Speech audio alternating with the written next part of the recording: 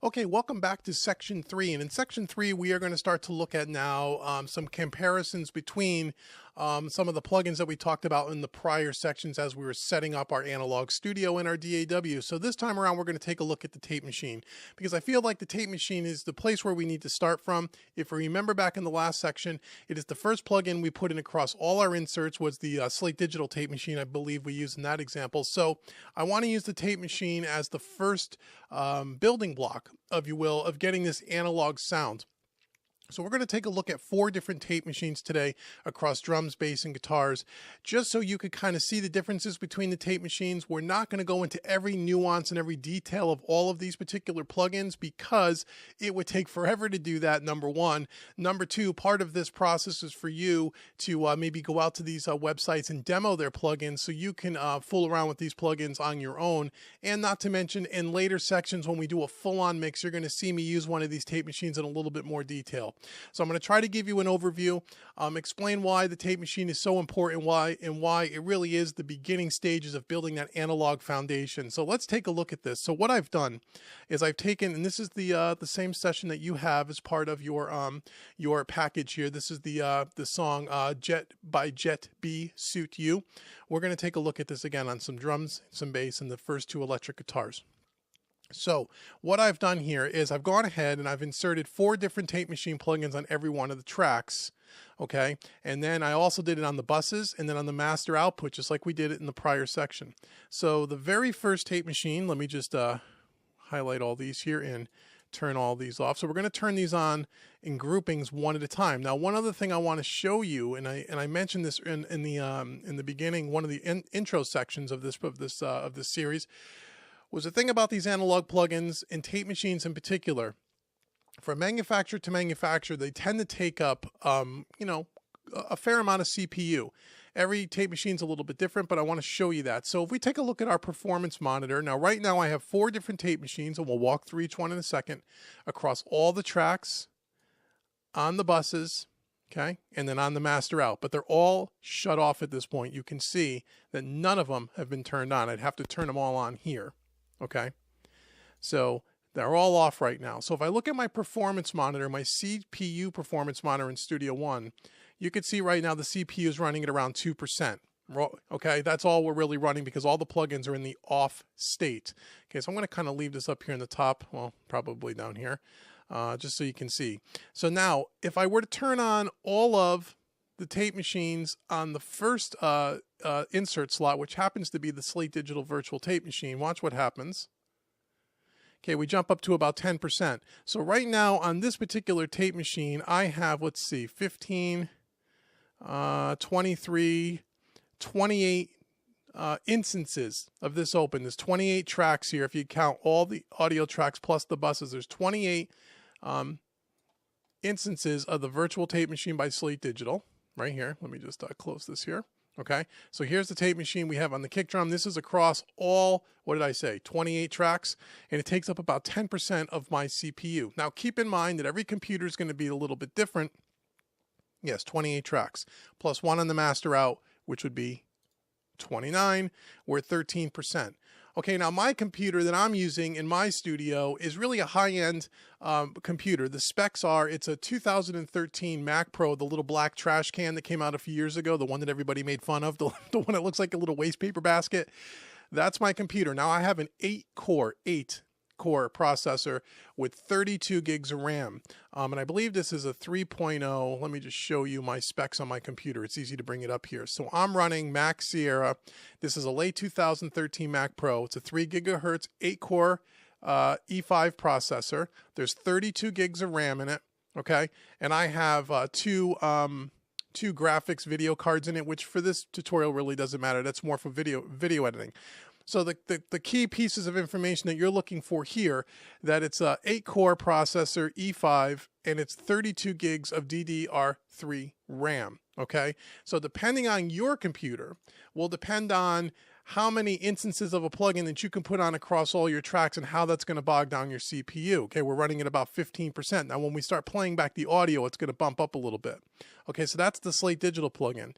Now, conversely, if I were to turn on the second plugin across all these tracks, happens to be the Waves J37 tape machine, as you can see, my CPU bumped up to 25%. Okay, so it jumped up about an additional 10%. Actually, I didn't turn it on the master bus. Let me turn it on the master bus. Okay, so we're at about 26%, 27% just sitting idle. Okay, compared to the Slate Digital, which is about, what did we say, 13, 14%. So this plugin takes a little bit more CPU. Okay, now if I were to shut all these off, and shut off the one on the master, and then turn on the third plugin, the third plugin is the Universal Audio Studer 800, and you can see, wow, it's only at 2%. Why is that? How could this one only be 2%? What you might have heard, hear all that hiss? If you turn up your studio monitors for a second, turn them up. Listen to the hiss. Now that is from the one on the master bus. Okay, we're going to talk about tape hiss and stuff later. But that only jumped up to 2%. You say, well, why is it only running at 2%? It's running at 2% because these Universal Audio plugins, and here's the plugin that I'm referring to right here. We have two plugins here. We have the Studer 800 tape machine by Universal Audio, and it's not taking up any CPU power. And the reason why it's not taking up any CPU resources is because Universal Audio, the system, runs on a separate piece of hardware, and all the plugins run on the DSP chip of the Universal Audio hardware. Okay, and the way I can check the performance monitors, they have their own little performance monitor right here. You can see it here, and we're running at about 22%. Okay, so all these 28 plugins of the tape machine is taking up about 22% of my total DSP power of my Universal Audio system, which is completely independent from my computer CPU, which you can see over here. This is why I always recommend Universal Audio. Here it is, more times than not. Now, the thing about Universal Audio, as I've talked about before, and if you've been following me for a while, you've heard this on my YouTube channel and in my other Made Easy training products, is that it's an expensive investment. Not terribly expensive, but it is an expensive investment. It's more expensive to get involved in the Universal Audio plugin platform than in Waves or in a Slate Digital or any of the others. Why? Because you have to go buy the hardware. Okay, now the hardware comes in different formats. You can have the hardware comes in the form factor of an audio interface, like the Apollo interfaces. As of the recording of this video, which is 2017, depending on when you're watching this, you can also get, instead of an interface, if you already have an audio interface, like I already have a PreSonus Studio Live Series 3 32-channel mixer. That is my interface. So I use what's called the Thunderbolt satellite systems, which are little devices that look like, actually like little mini external hard drives that plug into my computer via Thunderbolt. All the DSP power runs off of those chips. Now, depending on how many of those systems you have and what size of DSP chip that you have, and there's different versions of it, and I urge you to go out to the universalaudio.com website and look at the latest information. For me to give you all that information here may be totally irrelevant depending on when you're watching this product, but I can show you my system. I can just show you my system information. So my system that I have for my particular Universal Audio system is I have 3 Thunderbolt satellite devices, and you can see one here. This is called the Universal Audio UAD2 Satellite Thunderbolt Quad. Quad meaning there's 4 DSP chips inside of the box, and here's a little icon of what the box actually looks like. Okay, I also have a UAD2 Thunderbolt Octo, which is really a quad times 2. So instead of 4 DSP chips, it has 8. So I have a quad and an octo, and then I also have, if I scroll down here, I have a third satellite system, a third quad. Again, all daisy chained together, so it sees it as one big system. So in essence, I have 2 quads and 1 octo, which is the equivalent of having 4 quads times 4 DSP chips. That's 4 times 4, that's 16 DSP chips that I have. And as I put plugins on my system, it evenly disperses them across these 3 units. This will allow me to put a lot of plugins across my system, and it never taxes my CPU and my computer. This is the power of Universal Audio. Again, thinking of it as an investment for where you want your studio to go down the road. You can daisy chain up to 4 of these units together, and the highest one they make is an octo. So in essence, if you wanted to max out your resources, you can have 4 octos, okay? which is like having 8 quads. Okay, that's an enormous amount of plugins. So the moral of this story is that these plugins will take up quite a bit of resources, and you want to be careful when you're working with analog style plugins, not just tape machines, but as we move further on through this series, channel strips, console emulations, third-party compressors and EQs. If you have an older computer with not a lot of memory in it, and your CPU is not a fast computer, you're going to bog down your system pretty quickly when you try to do this style of mixing. If there is a downside to this style of mixing, that is the downside. However, as I said in section 1 or section 2, where we talked about, some of the primer of the intro of this series, I said that, you want to look at this as an investment, that the costs to get involved in these kinds of plugins and maybe even some additional hardware the benefits far outweigh the costs in the long run. And this is truly an investment. And what's great about something like Universal Audio is that the system can grow along with you. You don't have to have a big system like mine to start. You can start with one satellite system or one interface, one quad, and one quad will allow you to put probably 15 to 25 plugins across your entire mix, depending on the plugin. All the different types of plugins take up different CPU. Okay, I hope that makes sense. For any clarification or any further clarification, go out to the Universal Audio website, do some research, and you can always send me an email at info@homerecordingmadeeasy.com, and I'd be glad to help you through this process. But I'm a big proponent of Universal Audio, not just because their plugins sound fantastic, it's more because of the CPU savings that I get. Okay, hope that makes sense. So here is the Universal Audio one again, no CPU taxing. So let's move our performance monitor down. Let's shut off all the UAD. Okay, now let's take a look at the last one that I have, which is the Kramer tape by Waves. And you can see, here's the Kramer tape. We're going to look at that. And you can see it takes up about 26-27%. Okay, so the Slate Digital tends to take up a lot less than the J37 Waves.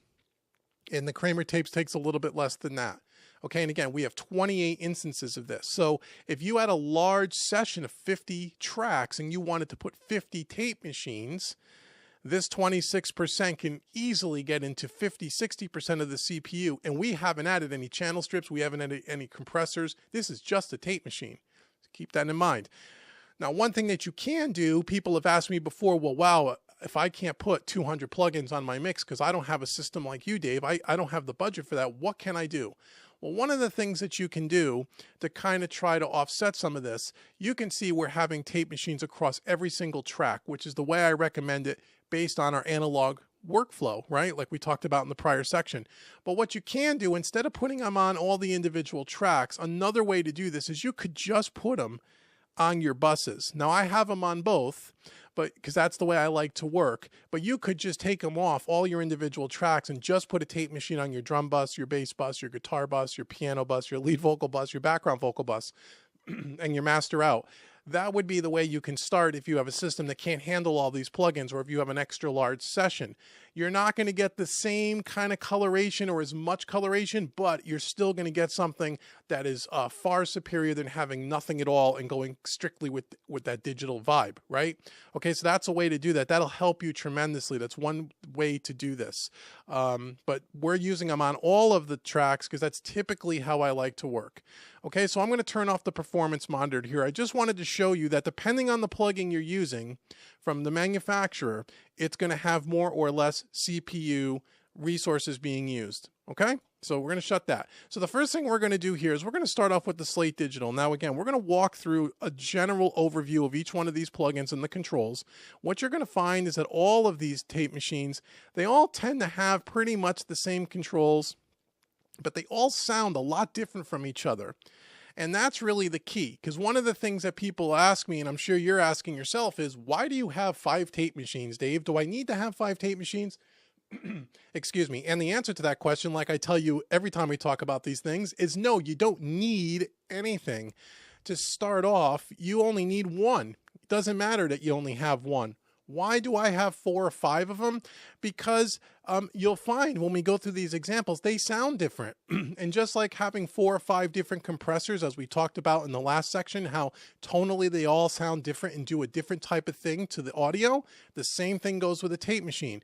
And the other reason is, again, I do a lot of teaching, a lot of instructing like I'm doing with you right now, and it's good to have multiple plugins of the same kind so I can instruct. So it's a 2-part kind of thing for me. But for you, 1 tape machine is all you need, especially if you're getting started. Which one you should buy? Well, we're going to listen to some examples now, and you're going to decide for yourself which one you like better, because this is a very subjective subject. What you like and what I like could be 2 different things.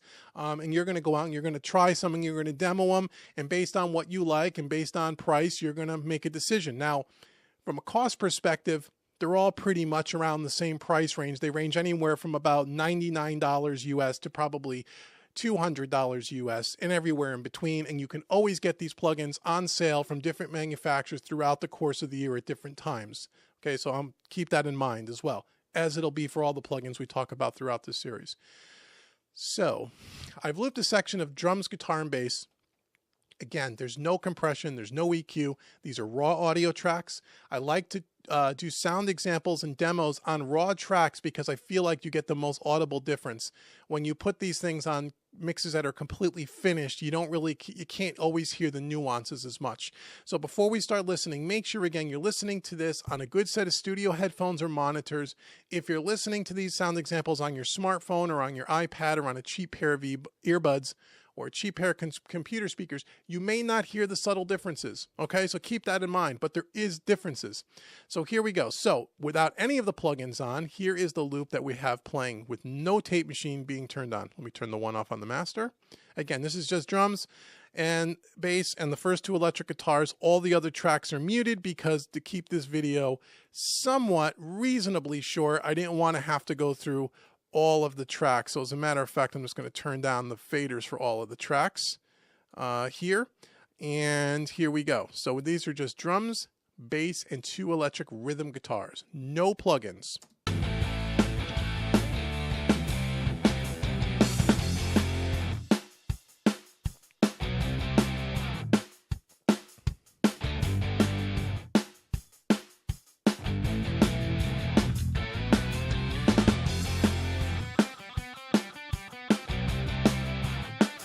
Okay, you get the idea. No mixing, barely balancing them, just pan the guitars. Is raw audio cats, okay?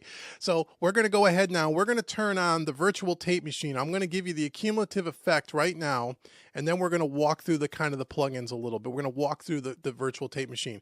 So now by highlighting all the tracks and turning on the first instance, you'll see that they all turn on across all of the tracks, just the tape machine, and then I could turn them off just by doing this. So we'll start with it off, I'll turn it on, then we'll stop the audio, we'll open up one of the tape machines, and I'll kind of walk you through it. Okay, here we go.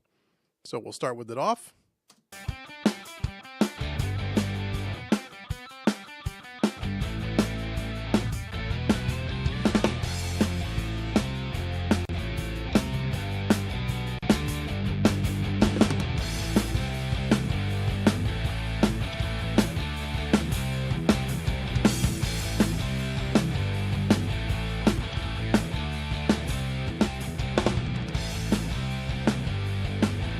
It's before.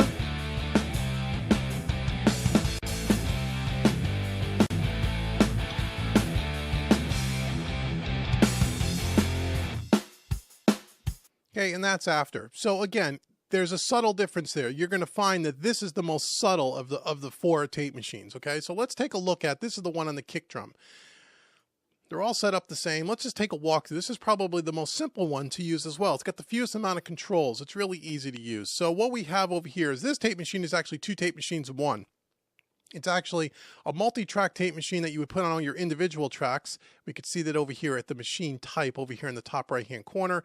And then they also have the one for the master output called the half-inch 2-track, the mastering tape machine. So this is really 2 tape machines in one. So on all the individual tracks, I set it to the 16-track mode. On the master out, it is set to the half-inch. Okay, makes sense? All right, so we have over here in the top left-hand corner, we have this button called Settings. If you open this button up, it'll give you some additional things that you can do, where you can mess around with the calibration, you can adjust the noise reduction, the wow and the flutter, which is kind of a delay kind of a thing, which we'll look at on another tape machine, the bias adjustment, which has some tonal characteristics that are different. Over here on the right, you can turn the tape hiss on and off. If you like that or don't like that, you can also then change the way the needle, the VU meter responds, whether it's slow, medium, or fast.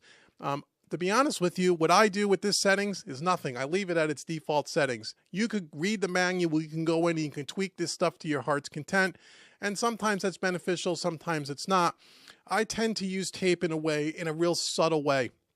What I'm really looking to do, and I probably should have said at the beginning of this video, you may say, well, why do I want to use tape? What does tape really do for me? Well, what tape really does for you is a couple of things.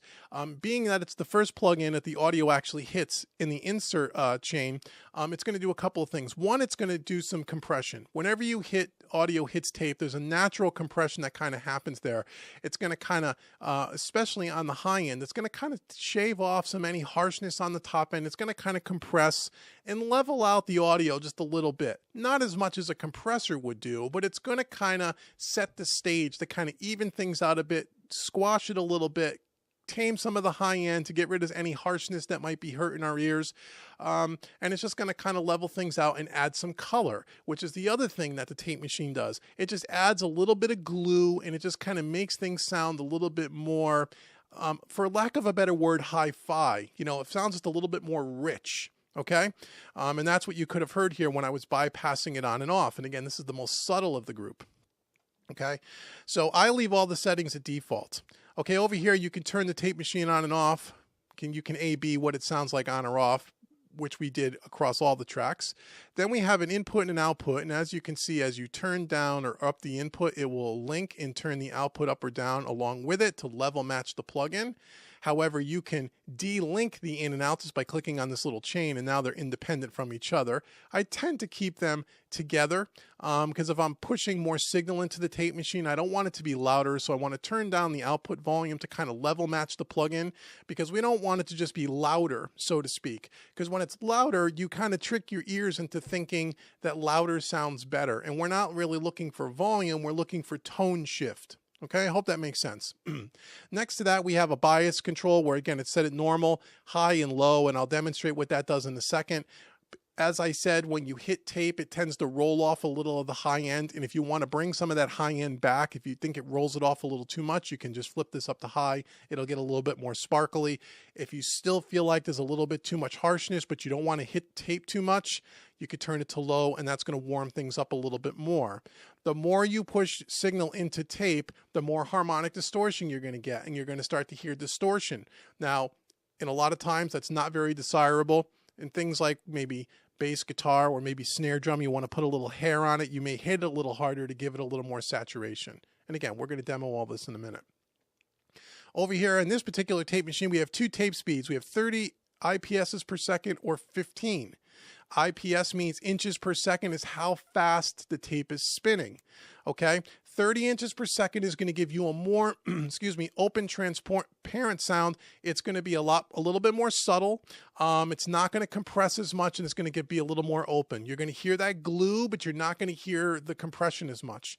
As you slow the tape speed down to 15 inches per second, this is where you're going to start to get a little bit more compression. It's going to be a little bit more colorful, and it's going to be a little warmer sounding. Where you put it really depends. On a track like this, where it's a rock track with heavy distorted guitars, I would typically run the individual tracks at 30 inches per second because I don't want to compress it too much. I don't want to squash it too much. I want to be subtle with my tape machine, because in future sections, as you watch this series, we're also going to go from a tape machine to a console, which is going to give us a little more compression, to a channel strip. We're going to use a compressor again. Maybe it's some additional compression after that. We're going to compress again. This is going to a bus, right? We're going to compress again. And then the master output is going to have a tape machine and a compressor on it as well. So by doing things in a very subtle way with the tape machine, you're going to compress this audio signal 6, maybe 7 times as this audio travels through the mix. That is hugely important to keep in mind. And I'm going to say that many times throughout this series, because the one thing that people do when they get into analog style mixing and they get all these plugins is they overuse them. Because they have a hard time hearing the compression when they're beginners or intermediates. And this is why I say go check out Compression Made Easy.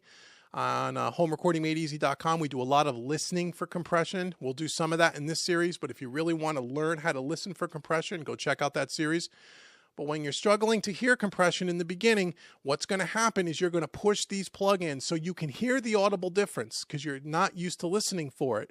What that's going to do is, in this example, we're going to compress this kick drum in little bits probably 6 times throughout this mix through all the different plugins I just mentioned. Therefore, if you overuse it, you're going to squash the dynamics out of the track, and we don't want to do that. Okay, and that'll become more clear as we move through this series. Okay, so again, I would keep it on 30 inches per second because I just want a little bit of compression. Okay. And then over here on this tape machine, we have a tape type. We have the FG456 and the FG9, which are Memorex company tape machines. Again, very subtle difference. I flip these back and forth. You can hear very subtle difference. I normally just leave it on its default, but you should play with these. Okay. Now, the reason why I'm doing this across all the tracks and we're not just listening to one individual track is because on one individual track, soloed up, and we'll do this on maybe the kick or the snare just so you can hear what I'm talking about, it's subtle. It's the accumulative effect is what we're listening for because we're doing things in a very subtle, controlled way, right? So what I want to do is we're going to listen to the first, we're really going to tweak, we're going to shut the ones off on the individual tracks for a second.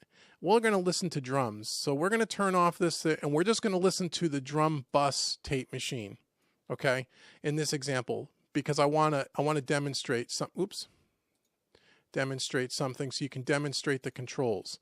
We're just going to turn it on in the drum bus. Now, right now, it's not on the, it's on, but it's turned off on the individual tracks. Okay,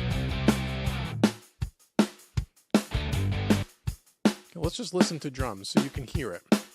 Okay, so again, this is the drum bus, and you can see I'm just pressing the input enough just so we get a little bit of coloration here. What I don't want to do is start slamming it up, because then you could start to see we're getting some harmonic distortion.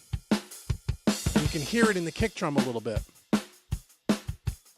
Now, some engineers, this is a desired effect. If you're looking for an oversaturated audible tape sound, this is what you would do. You would crank up the input, turn down the output, and you'd clip the tape machine. That's not typically how I use it. A lot of what you're going to have to do when we talk about these plugins is do some experimenting.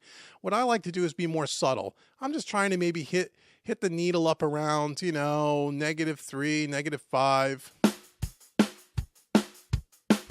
Okay. Now, if I play with the bias,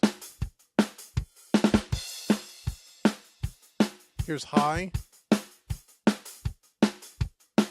Listen to the snare drum where it's most obvious. It's a little bit more crisp there.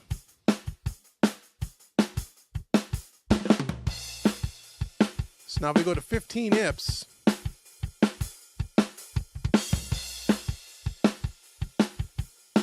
again, listen to the snare, how it gets a little bit brighter on 30.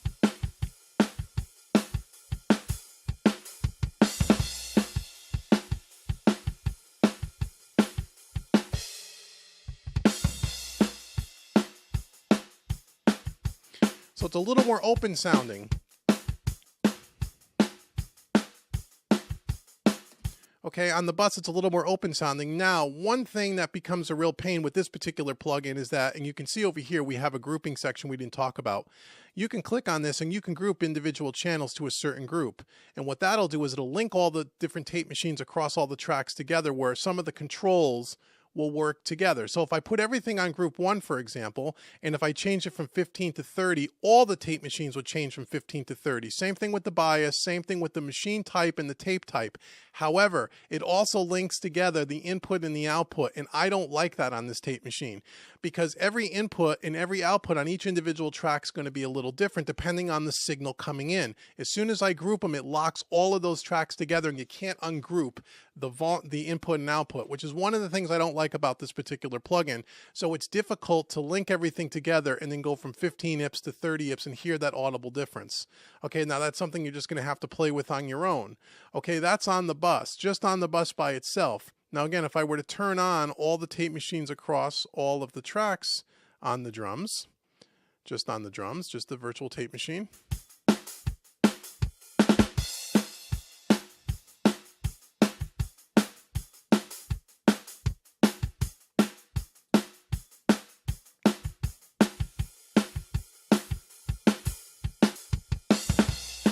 Those are with it off.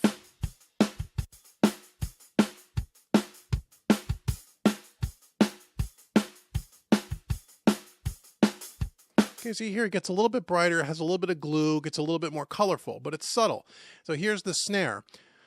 So one thing you want to think about when you're talking about setting up a tape machine across all the different tracks is I want to make sure that all the settings are the same on every single one of these tape machines. In other words, that we're using the same speed, we're using the same machine type, we're using the same bias, we're using the same tape type. The only thing that's changing is the input and the output level based on the signal coming in and out of the plugin. Now, the reason why I do that, and you don't have to do it this way, a lot of times guys will maybe put these on their drum tracks, they may do 15 IPS, and on their guitars they may do it at 30 IPS, and they may use a different tape type on their vocals or on their pianos or whatever, and you can do that. There's nothing wrong with that, and you can get this a desirable sound that way if that's what you're looking for. The reason why I don't do that is, again, let's think about our analog studio. Back in the day when we were working in a large format studio and you ran everything into your multi-track tape machine, you didn't have the option to have different tape types across your different instruments. You didn't have the option to choose different tape speeds on different groupings of instruments, right? You had to pick one, you had to make a commitment, what was the best overall vibe for the record, and you had to go to town with it. That's how I'm thinking about this kind of mixing style, okay? So if I'm going to have my drums on 30 IPS per second, then my guitars, my bass, my vocals, my pianos, same thing. Same thing with the tape type, same thing with the bias. Okay, so again, that's how I'm doing it. But on every track, all I'm really changing is the input and output. So again, I would look at each track and I'm just want to kiss the needle. I'm not looking to slam things. Okay, that's on my snare. If I go over to my overheads, let's say, again, we're not killing everything. Everything's on the same settings. So once again, before,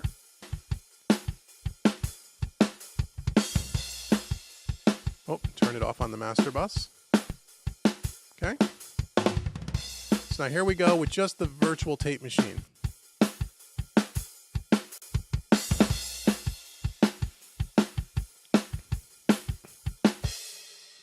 Okay, so that's the Steven Slate virtual tape machine, Slate Digital virtual tape machine.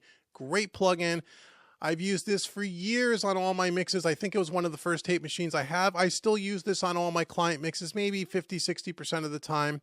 And I use other ones for different flavors, as we'll talk about in a minute. So that's the Slate tape machine. Okay, we're going to turn all the Slate tape machines off. The next tape machine I want to show you is again, the Waves J37. Now this is part of the Abbey Roads collection. Now this is laid out a little bit differently, has a few different features that are different from the Slate Digital tape machine. The first thing is over here on the left-hand side, you can see we have tape formulas. We have the 888, the 811, and the 815. Tape machines these are EMI manufactured tape, which sounds a little different than the Slate Digital stuff. And we have 3 tape formulas as opposed to 2. Over at the speed here, we have 15 IPS and 7.5. You can see there is no 30 IPS per second on this tape machine. So this, the fastest it's going to roll is 15 IPS per second. So I have it set on 15. Next to that, we have our input and our output levels here with these little dials. Okay, and you can link them or unlink them. As you can see, I move one up, the other one goes down unless I unlink them, which you would click here. Then we have our bias like we do on the other Slate Digital machine. We have normal, +3, +5. Okay. And again, I just keep it on normal. We have a delay here that we can use on this particular tape machine, which I'll demonstrate in a second if you're looking for some kind of a slapback or some kind of a weird effect. For what we're using this for, I don't use the delay. I just kind of I'm looking for more of the coloration, not so much the delay. Down here in the left-hand corner, they modeled the two different tracks, the second and third track of the tape. Again, just a little bit of a different tone characteristic. I just keep it on whatever it's defaulted at, to be honest. We have our wow and flutter here, which again could give you kind of a flanging kind of effect if that's what you're kind of going for. Again, I just leave it at its default settings. I typically don't use that in this particular application. Then over here we have our noise level where you can turn up or turn down the tape hiss, again, which we'll demonstrate again. And then we have a saturation knob here. Once you get up past around 12 o'clock noon is where you start hearing that distortion. It's how hard we're hitting and saturating the tape. Okay, I normally, again, just kind of keep it down here towards 0. On things like bass guitar and overheads, I might crank it up a little bit. Again, it's all just to give it a little bit of coloration that's a little different. Then we have over here our meter. We can meter the input or the output. Okay. Then we have a high pass filter here and a low pass filter. Again, I leave these at the default settings for the most part. And this is just going to go ahead, turn this off, and this will allow you, they're both in the off position. This will allow you to have like a roll off on the high end and the low end. So the tape sound of the tape machine is not affected by that. Again, I just leave them off. Then we have our delay type, a slap back and feedback. We can set the mode as an insert or a send and return. If we were setting this up as a send and sending signal to it, you can do this in a send return type of a mode, like a reverb or a delay. Again, I just keep it on insert. So as you can see, again, there's lots of things that you can change here. But again, for what we're doing as the first plugin in our chain is we're just trying to get some coloration and some even performance. So let's go ahead and let's listen to that. We will turn on the J. We'll start it in the off position, and then I will go ahead and I will click it on across all the tracks again so you can hear it as well as on the master bus. So this is with no tape.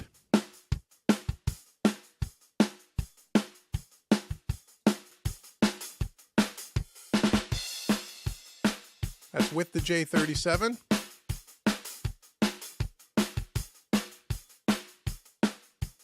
Before.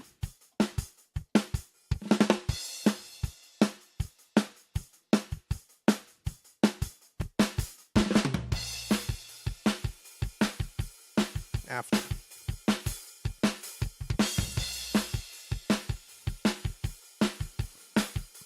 Okay, so it's a little more obvious than the Slate Digital. You can instantly hear the snare have more crack, things get a little bit brighter. Again, we didn't do anything crazy with the settings. Everything is set to the same settings on each one of these tape machines, but this time we're running it at 15 IPS, not at 30, because there is no 30. And as you can see, like on the kick drum, same concept. I'm not trying to slam the hell out of it. I'm just hitting the tape, okay? Now, if we listen to this on the bus, let's see if we can hear any difference here. So if we go to 7.5.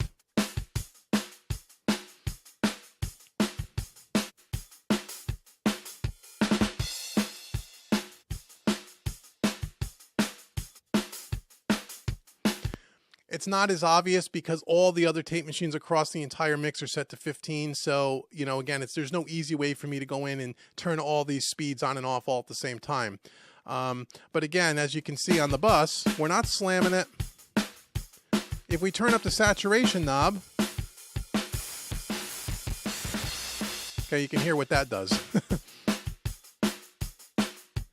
Now here's something interesting. The noise level. Hear the hiss? That's the old good sound of tape. So again, you want to be careful with the noise level, because a lot of people will turn them all the way up on all the tracks and then you hear that throughout your mix. You want to be really subtle with the noise level. Some people don't like any tape hiss at all. I like a little bit of tape hiss because that's what tape sounded like. If you want the sound of those old records, you want to use a little bit of noise. Saturation, again, you want to be careful. Anything above 12 o'clock is going to start giving some clipping. On individual tracks, when you're soloing up tracks and you're listening to this in a solo mode, and again, we'll do this when we mix the song in later parts of the series. This is just to give you an overview of tape. We may saturate the bass guitar a little bit more to give it a little bit of grit, a little bit of distortion. That's pretty cool. Maybe even sometimes on a lead vocal in certain parts or on a background vocal, just to crisp it up and give it a little bit of flavor. So we want to be careful about that when we're dealing with a bus or dealing with groupings of instruments. Okay, so that's the J37. Again, great tape machine. Different sounding than the Slate Digital, without a doubt, right? So what we can do just quickly is I'm going to play this. This is the J37, then I'll turn those off and I'll turn on the Slate Digital so you can hear the difference. So here's the J37.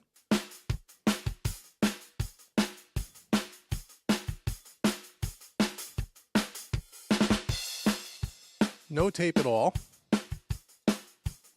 And here comes Slate Digital.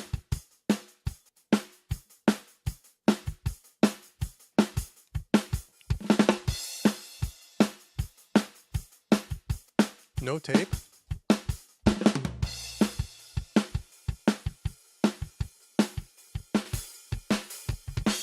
J37.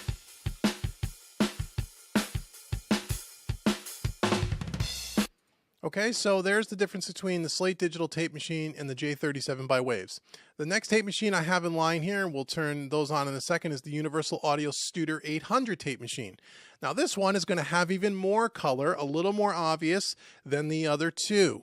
And again, same thing as before, I kind of set them all to the same settings. I'm pushing each individual input on each individual channel just so we're kind of kissing the needle. We're not slamming anything. Walking through this tape machine, again, there's some more control here than maybe part of the Slate Digital. We have 4 different tape types here. Up here we have, and I believe these are, I want to say these were Memorex tapes, but I'm not quite sure. We have GP9, which I like. We have the 250, the 456, the 900, and the GP9. From the 250 going clockwise, they start off warm and get a little less warm, or dark and a little less dark, in my opinion. Over here we have our input and then our output, which are not linked. They're separate controls. So as I push the input, you would typically turn down the output a little bit to level match the plugin. We have our calibration, which is our bias, +3, +6, +7.5, +9. I just keep it at the default. We have our inches per second off. We'll bypass the tape machine, 7.5, 15, and 30. So again, we have 3 tape speeds on this one as opposed to the 2 tape speeds on the Waves J37.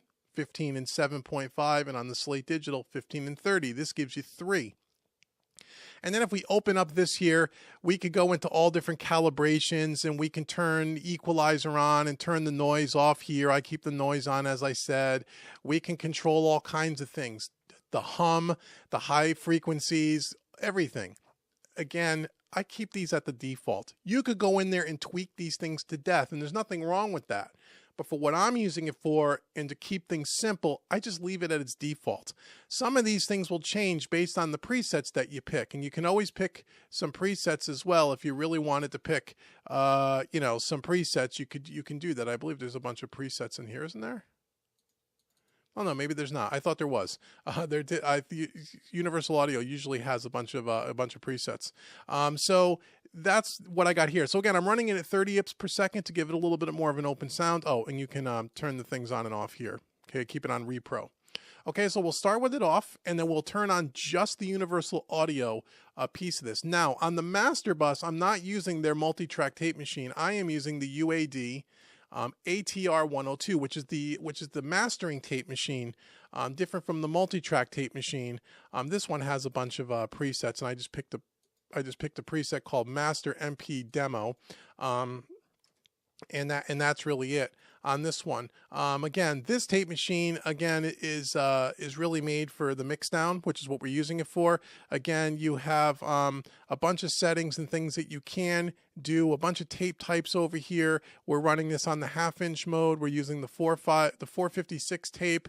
We are running this at 15 IPS per second. Here's the tape speed over here. I know it's difficult to see. This has 4 tape speeds, 30, 15, 7.5, and 3.75 if you really want to slow things down. Okay, so what I'll do is I will turn this one off first, and we'll just listen to the Studer on the individual tracks, and then I'll kick this one in. So again, just to remind you, this is no tape plugin, and then we'll kick on the UAD Studer.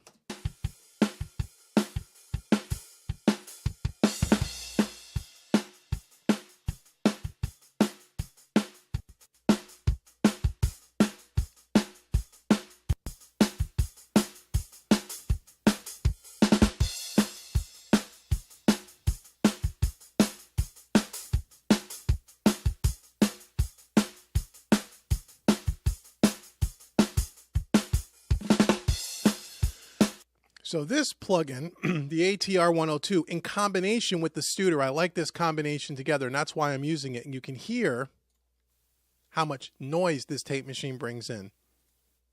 Okay, just by clicking the noise on and off. I don't know if there's a way to reduce that noise.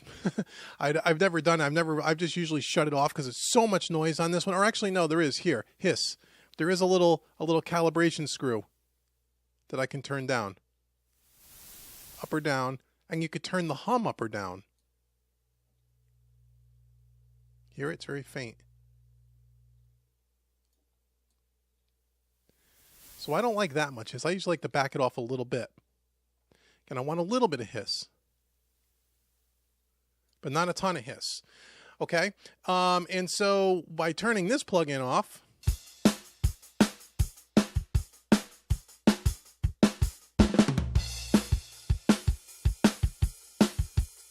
I'm going to turn up the input a little bit here.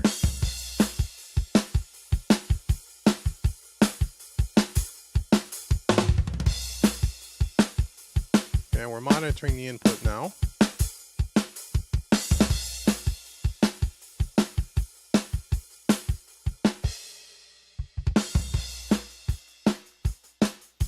You can hear how much brighter it makes the snare sound. That's why I like the combination of these two plugins, the ATR 102 on the master bus, and then using the Studer 800 multi-track on the individual tracks. Okay, that's just taking away the Studer.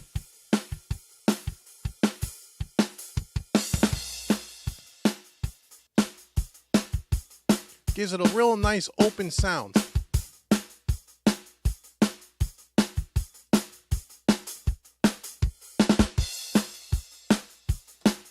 Okay, so again, it's a little bit more noticeable than the J37. As you know, again, we're going in order where you kind of hear the more obvious sound. So again, we're using a combination of two different plugins. We're using the Studer 800 on the individual tracks, and then I'm using the ATR 102 on the master bus for this particular example, because the combination of these two really sound wonderful. And again, this is universal audio. Okay.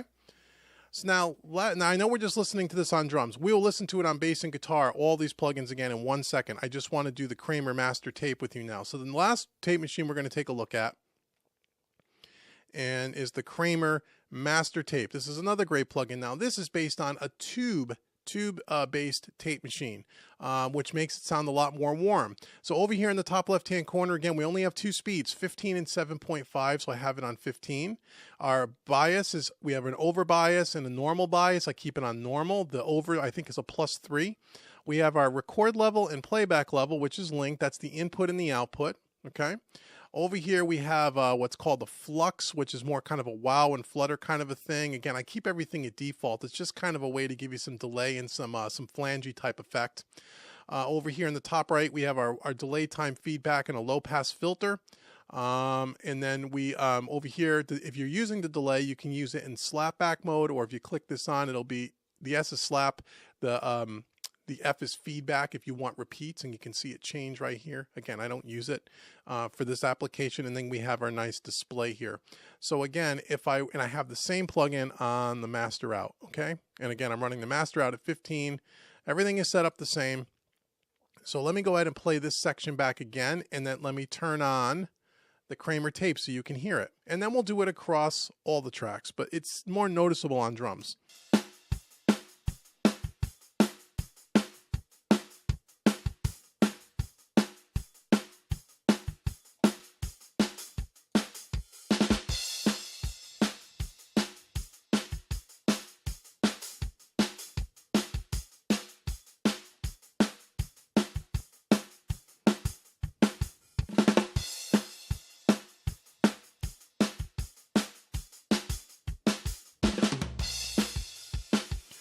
Okay, so again, a little bit more colorful than the Studer. You can hear a little bit more, or maybe it's pretty equivalent, I should say. Again, you really hear it in the snare, and that's why I wanted to demonstrate it on the drums, because you can really hear it on the snare, where it just gets a little bit more bright, a little bit more hi-fi sounding. It's a little bit more colorful. The kick drum has a little bit of saturation on it. It just warms things up. Okay, so now if I were to turn the bass guitar and the electric guitars on now, we'll just unsolo everything. So we have our bass, 2 electric guitars, and that's all that's going on here. We're going to go ahead and we're going to start with the Kramer tape. I'm going to turn them on the buses as well so we can hear them on the buses. Okay, and then we're going to go ahead and just make sure we can shut them all off at the same time. And we're going to just bypass them, turn them on and off once again so you can hear the cumulative effect of having a tape machine on all your individual channels, on your buses, and on your master output. And I'll cycle between the Kramer, the Studer, the J37, and then last the virtual tape machine by Slate Digital. So we're going to go from last to first, just so you can hear the difference. And then we'll end this section here. So here we go. This is with no tape machine at all.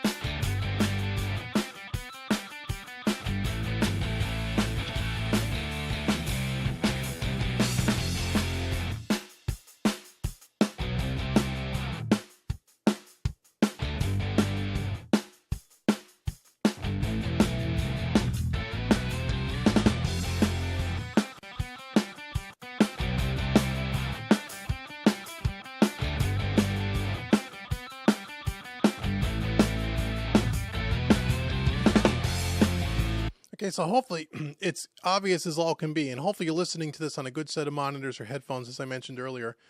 They all sound vastly different from each other, but they all sound better than when you have no tape machine at all, regardless of which one you pick. Now, which one do you like? Which one sounds better to you?